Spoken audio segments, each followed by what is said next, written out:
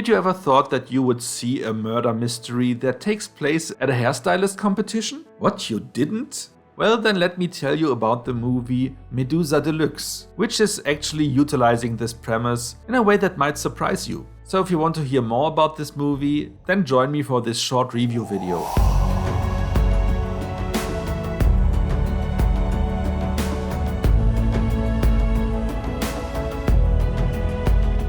Somewhere in the UK, a hairdressing competition is being stopped by a murder.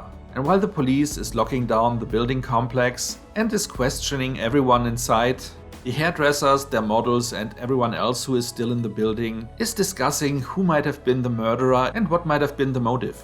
Knowing that the murderer is very likely still inside is also adding to the tension.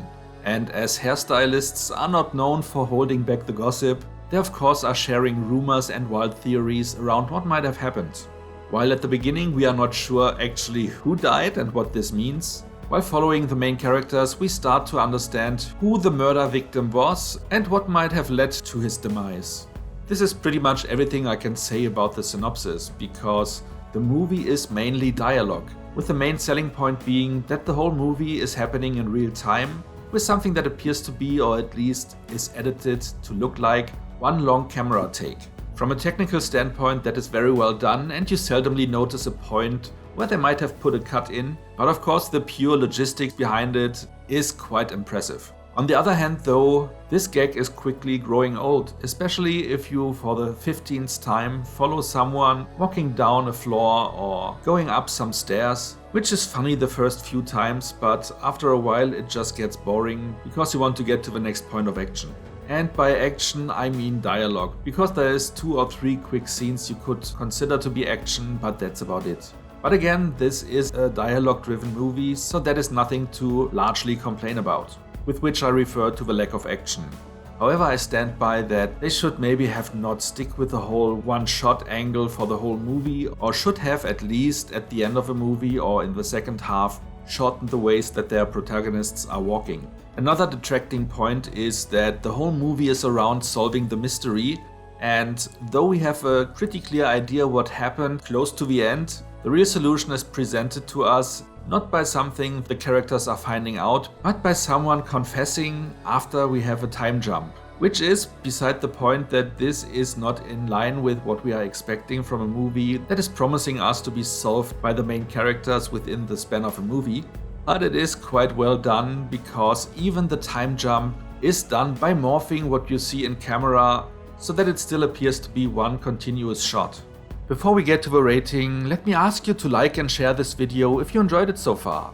And if you are not a subscriber yet, maybe consider to change that. By also hitting the notification bell, you will get a heads up for most of my new videos. Now for the rating. This one, like so many others, was at the end quite tough to rate. Because, as I mentioned, the idea of a continuous shot is quite interesting, but loses its attraction after half of a movie. The dialogues are quite interesting, but ultimately lead not to a solution, because the solution is presented by someone just confessing when his statement is taken. Even though editing-wise it appears to even happen after the main action takes place, so that it basically feels like the first half of the movie is some kind of a standalone solid unit, while the second half of a movie is more on the mediocre side. At the very least you can say it tries to be something different from the usual fare, so I would say I'm going with a 6 out of 10 here, after giving my heart a little bit of a push and valuing the effort that they put in here. Unfortunately overall, as I said, it goes to show again that if you have a great idea like creating a movie in a continuous shot, and then stick with it come what may, even if at the end of the day it does not even serve the movie anymore, then you maybe should consider changing your approach. With that being said, do you like movies that are filmed in one continuous shot, and have you some examples where you think it really worked out great? Or is it usually also for you becoming a nuisance after a while because they are just leading too much into that? And because you are just spending too much time walking from point A to B? Also, are you interested in seeing this movie, or have you even heard of it yet? Whatever it may be, let me know in the comments. So much for now, see you next time, and thanks for watching.